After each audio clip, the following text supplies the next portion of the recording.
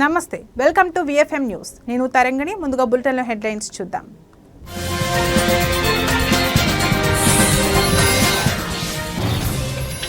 Betting apps కేసులో ED దూకుడు. విచారణకు హాజరైన హీరో విజయ్ దేవరకొండ.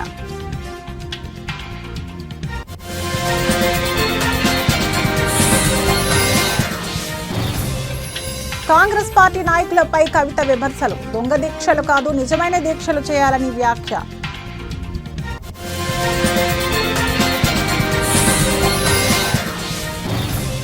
సృష్టి ఫెర్టిలిటీ స్కామ్ లో మరో మలుపు. బ్యాంకు ఖాతాల్లో కోట్ల రూపాయలు ఉన్నట్లు గుర్తించిన పోలీసులు.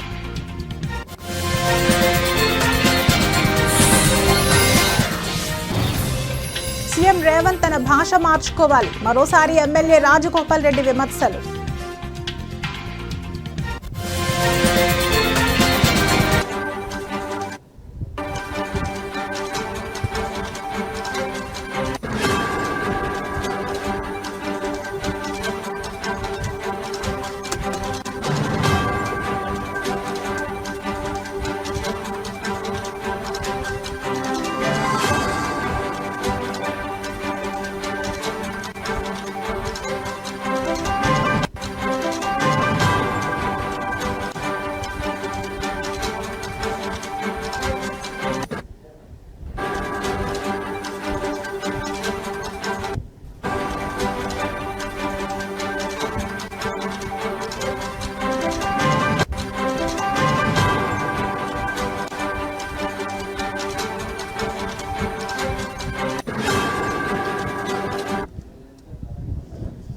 బ్రేకింగ్ న్యూస్ చూస్తున్నాం. బెట్టింగ్ యాప్ కేసులో ఈడీ దూకుడు పెంచింది. బెట్టింగ్ యాప్ ప్రచారం కేసులో నేడు టాలీవుడ్ హీరో విజయ్ దేవరకొండ ఈడీ విచారణకు హాజరయ్యారు. ఇప్పటికే ఈ కేసులో ఈడీ అధికారులు నటుడు ప్రకాష్ రాజ్ను విచారించారు. మళ్లీ బెట్టింగ్ యాప్స్ ప్రమోట్ చేయనని ప్రకాష్ రాజ్ చెప్పారు. ఈ రోజు విజయ్ దేవరకొండ విచారణకు హాజరైన నేపథ్యంలో రౌడీ బాయ్ ఏం చెబుతాడో అని సర్వత్రా ఆసక్తి నెలకొంది.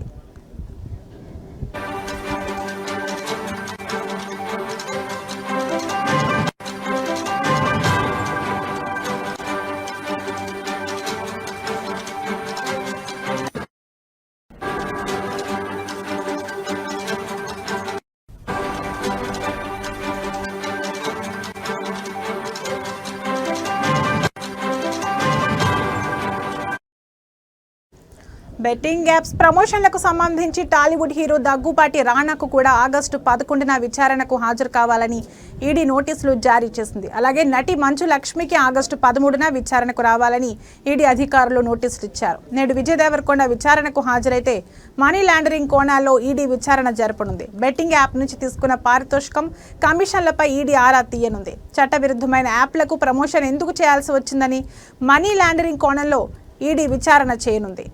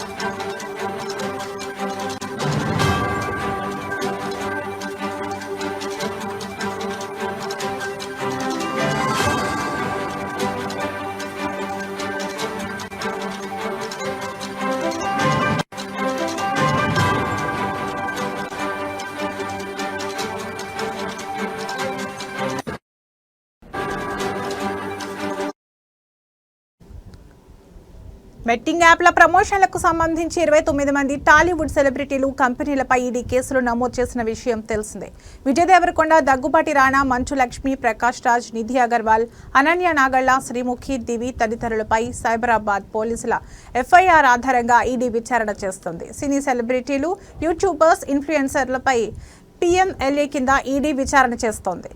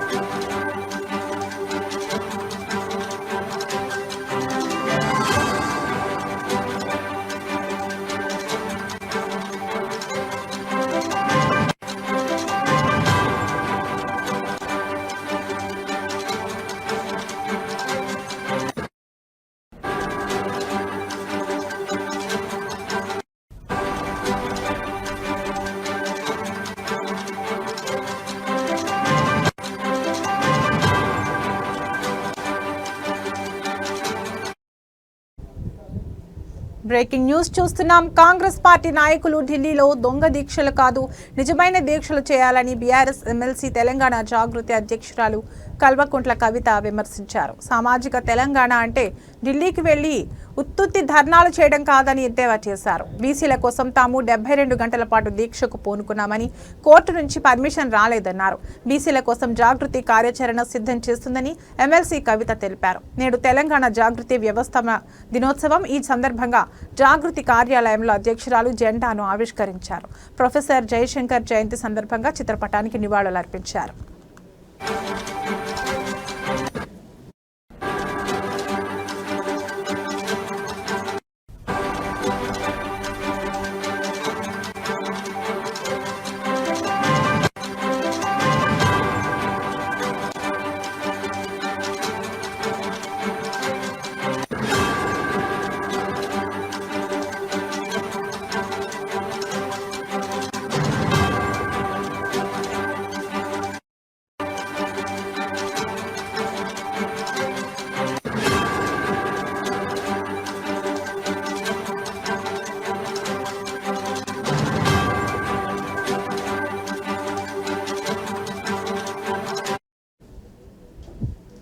తెలంగాణ ఉద్యమం సమయంలో కేసీఆర్ చెప్పినట్లుగా వారి బాటలో తెలంగాణ జాగృతి ముందుకు వెళ్ళింది.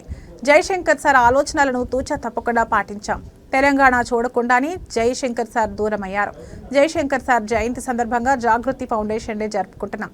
సామాజిక తెలంగాణ కోసం పాటుపడాలని జయశంకర్ సార్ అనేక సార్లు చెప్పారు. రాష్ట్రం ఏర్పడిన తరువాత అన్ని వర్గాలు వారికి సమన్యాయం జరగాలని చెప్పేవారు. జై తెలంగాణ అనని ముఖ్యమంత్రి రేవంత్ రెడ్డి సామాజిక తెలంగాణ అంటే ఢిల్లీకి వెళ్లి ఉత్తుత్తి ధర్నాలు చేయడం కాదు. బీసీల కోసం మేము 72 గంటల పాటు దీక్షకు పూనుకున్నాం.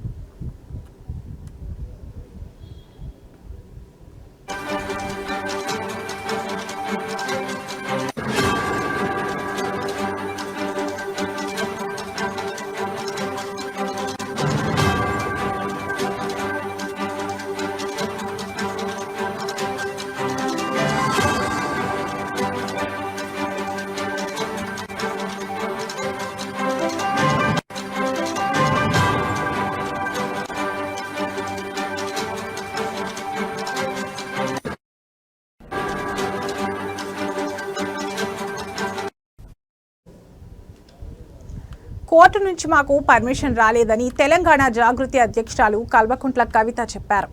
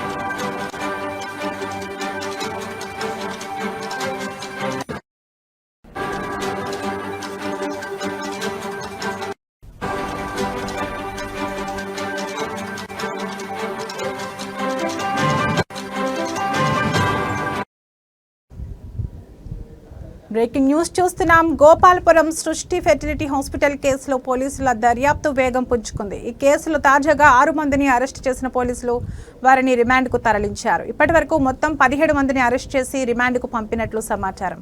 అరెస్ట్ అయిన వారిలో డాక్టర్లు, ఏజెంట్లు, ముఖ్యంగా మహిళా ఏజెంట్లు అధికంగా ఉన్నారు.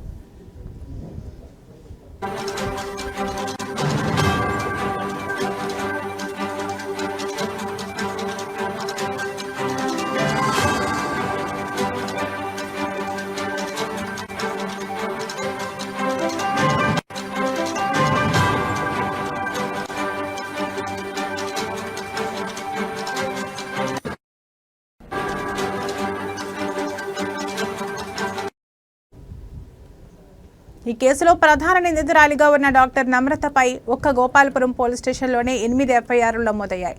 ఆమెతో పాటు ప్రముఖ గైనకాలజిస్ట్ డాక్టర్ విద్యులతను కూడా పోలీసులు అరెస్ట్ చేసి రిమాండ్కు తరలించారు. పోలీసులు డాక్టర్ నమ్రతకు చెందిన బ్యాంక్ ఖాతాలు, హాస్పిటల్ అకౌంట్లు ఫ్రీజ్ చేశారు. ఈ ఖాతాలో కోట్ల రూపాయల నగదు జమ ఉందని అధికారులు గుర్తించారు. ప్రస్తుతం మరికొన్ని ఖాతాలను కూడా గుర్తించే పనిలో ఉన్నారు.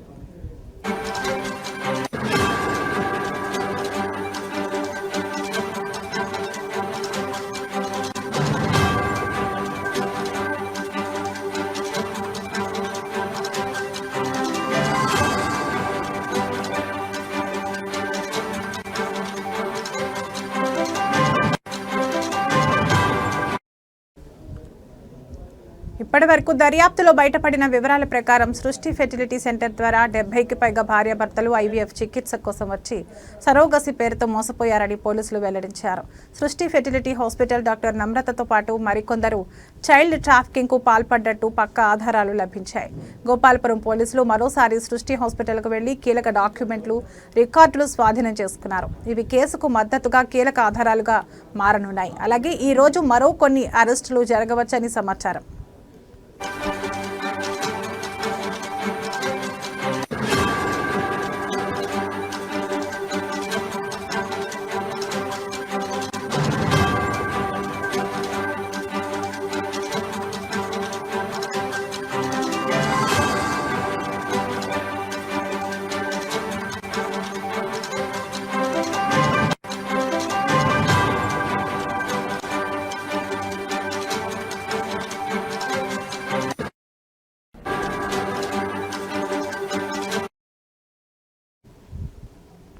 నిందితుల జాబితా ఇంకా పెరిగే అవకాశం ఉంది. పోలీసులు డాక్టర్ నమ్రత అనుబంధంగా ఉన్న ఇతర హాస్పిటళ్లను, ఆసుపత్రుల్లోని కార్యకలాపాలను పరిశీలిస్తున్నారు. అక్రమంగా సంపాదించిన డబ్బును వేరే అకౌంట్లలోకి మళ్లించి ఉండే అవకాశం ఉన్నందున ఆ దిశగా విచారణ జరుగుతోంది. ఈ కేసు కేంద్రం దృష్టికి వెళ్లే అవకాశం కూడా ఉంది.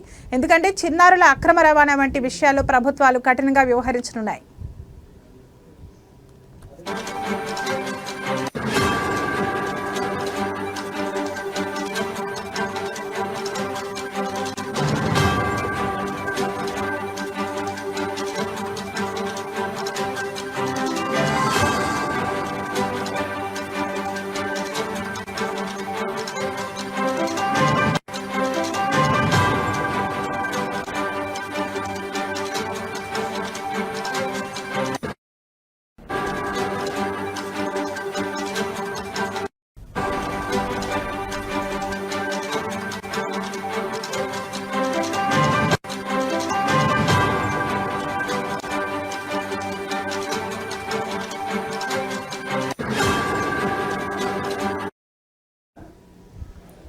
తెలంగాణ సీఎం రేవంత్ రెడ్డిపై మరోసారి Congress MLA Rajagopal Reddy hot comments చేశారు. సీఎం ప్రతిపక్షాలను తిట్టడం మానేసి ప్రభుత్వం ఏం చేస్తుందో చెప్పాలి.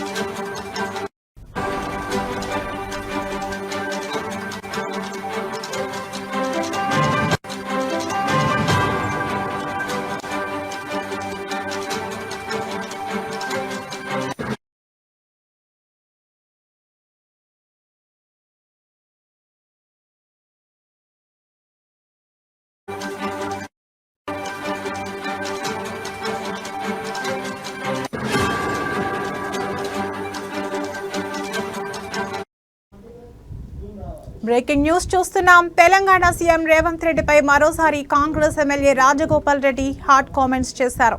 సీఎం ప్రతిపక్షాలను తిట్టడం మానేసి ప్రభుత్వం ఏం చేస్తుందో చెప్పాలని డిమాండ్ చేశారు. సోషల్ మీడియా విషయంలో ఓడ దాటే వరకు ఓడ మల్లన్న, ఓడ దాటిన తర్వాత బోడి మల్లన్న అన్నట్లు ఉందని ఎద్దేవా చేశారు. సీఎం రేవంత్ తన భాష మార్చుకోవాలని సూచించారు. మరో 3.5 ఏళ్లు రేవంత్ రెడ్డి సీఎం అని, ఆ తర్వాత ఎవరు అనేది అప్పుడు చూద్దామన్నారు. తనకు మంత్రి పదవి విషయంలో హైకమాండ్ ప్రామిస్ చేసిందని మరోసారి రాజగోపాల్ రెడ్డి గుర్తు చేశారు.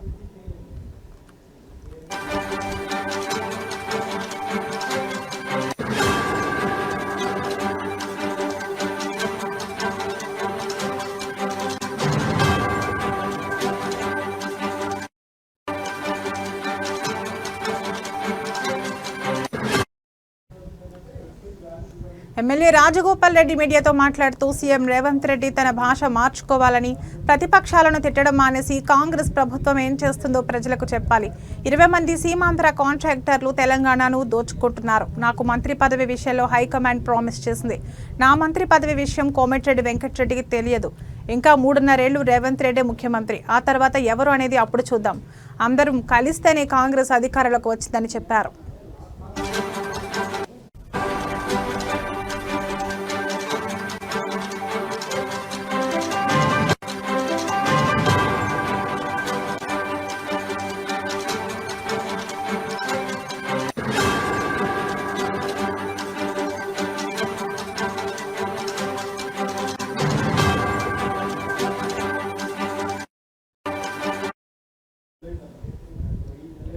సోషల్ మీడియా విషయంలో ఓడ దాటే వరకు ఓడమల్లన్న, ఓడ దాటిన తర్వాత బోడి మల్లన్న అన్నట్లు ఉంది సీఎం రేవంత్ రెడ్డి వైఖరి.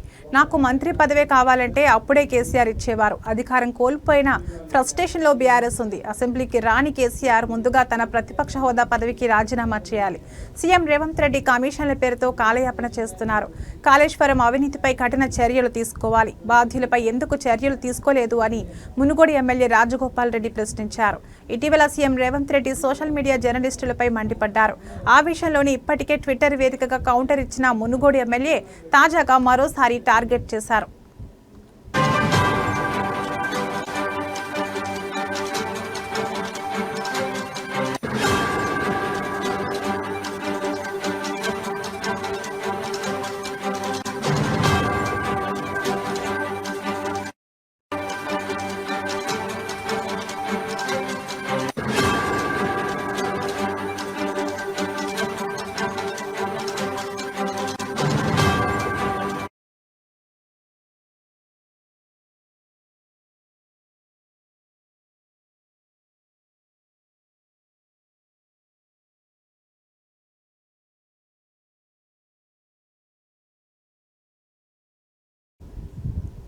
మాజీ మంత్రి సబితా ఇంద్రారెడ్డికి అవమానం జరిగింది. మహిళా ఎమ్మెల్యే అని చూడకుండా సబితా ఇంద్రారెడ్డి మీదకు కాంగ్రెస్ కార్యకర్తలు దూసుకొచ్చారు. సబితా ఇంద్రారెడ్డికి మహిళా పోలీసులతో రక్షణ ఇవ్వకుండా పోలీసులు చోద్యం చూశారు. మహేశ్వరం నియోజకవర్గంలో రేషన్ కార్డుల పంపిణీ కార్యక్రమంలో ప్రోటోకాల్ ఘర్షణ జరిగింది.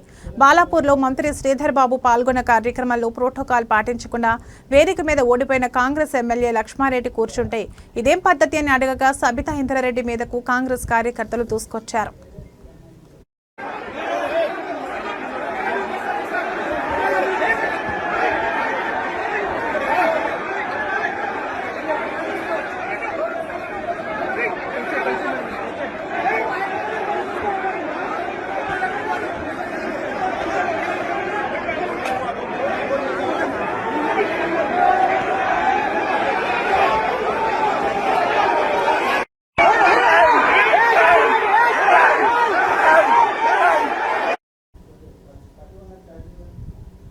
కరీంనగర్ జిల్లాలో విషాదం చోటు చేసుకుంది. భర్త అనుమానిస్తున్నాడనే కారణంతో తాను ఎవరితో మాట్లాడటం లేదని సెల్ఫీ వీడియో తీసి బల్వన్ మరణానికి పాల్పడింది ఓ వివాహిత. దీంతో మృతురాలి అన్న ఇచ్చిన ఫిర్యాదు మేరకు కేసు నమోదు చేసి పోలీసులు విచారిస్తున్నారు. కరీంనగర్ జిల్లా శంకరపట్నం మండలం తాడికల్కు చెందిన శ్రావ్య రాజన్న సిరిసిల్ల జిల్లా బోయినపల్లి మండలానికి చెందిన ధర్మతేజ్ను ప్రేమించి 2020లో వివాహం చేసుకుంది. వివాహం తర్వాత బోయినపల్లిలో భర్తతో ఉన్న శ్రావ్యకు బాబు జన్మించాడు. అనంతరం ధర్మతేజ్ ఉపాధి నిమిత్తం దుబాయ్కి వెళ్లాడు. అప్పటి నుండి శ్రావ్య తాడికల్ గ్రామంలో ఉంటుంది. కొద్ది రోజుల క్రితం నుండి ధర్మతేజ్ శ్రావ్య వేరే వారితో మాట్లాడుతుందంటూ శ్రావ్యను మానసికంగా వేధిస్తున్నాడు. దీంతో మనస్తాపానికి గురైన శ్రావ్య ఉరేసుకుని ఆత్మహత్య చేసుకుంది. మృతురాలి అన్న ఇచ్చిన ఫిర్యాదు మేరకు కేసు నమోదు చేసి పోలీసులు విచారిస్తున్నారు. ఆత్మహత్య చేసుకునే ముందు శ్రావ్య తీసిన సెల్ఫీ వీడియో బయటికి రావడంతో సెల్ఫీ వీడియో చూసిన వారంతా కన్నీటి పర్యంతమవుతున్నారు.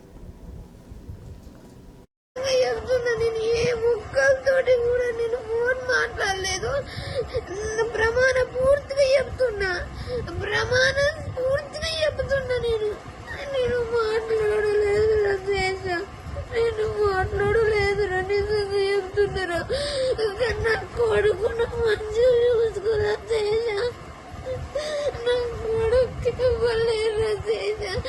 నేను ఎవరితోనే మాట్లాడలేదు. నాకున్న టెన్షన్లకి నేను పిచ్చిదాన్ని అవుతున్నారా. నువ్వు ఇంకా పెద్ద టెన్షన్ పెట్టినావు. నేను ఎవరితోనే మాట్లాడలేదురా. నేను నిజంగా చెప్తున్నా. అమ్మ తోడు, దేవుని తోడు, నా కొడుకు తోడు, నేను ఎవరితోటి మాట్లాడలేదు. చూసిపోతా. నువ్వు ఎట్లాగైనా మంచిగానే ఉంటావు నాకు తెలుసు. రంది పడ. ఇవి ఇప్పటి వరకు నా బులెటిన్ అప్డేట్స్. మరో బులెటిన్లో మళ్ళీ కలుద్దాం. నమస్తే.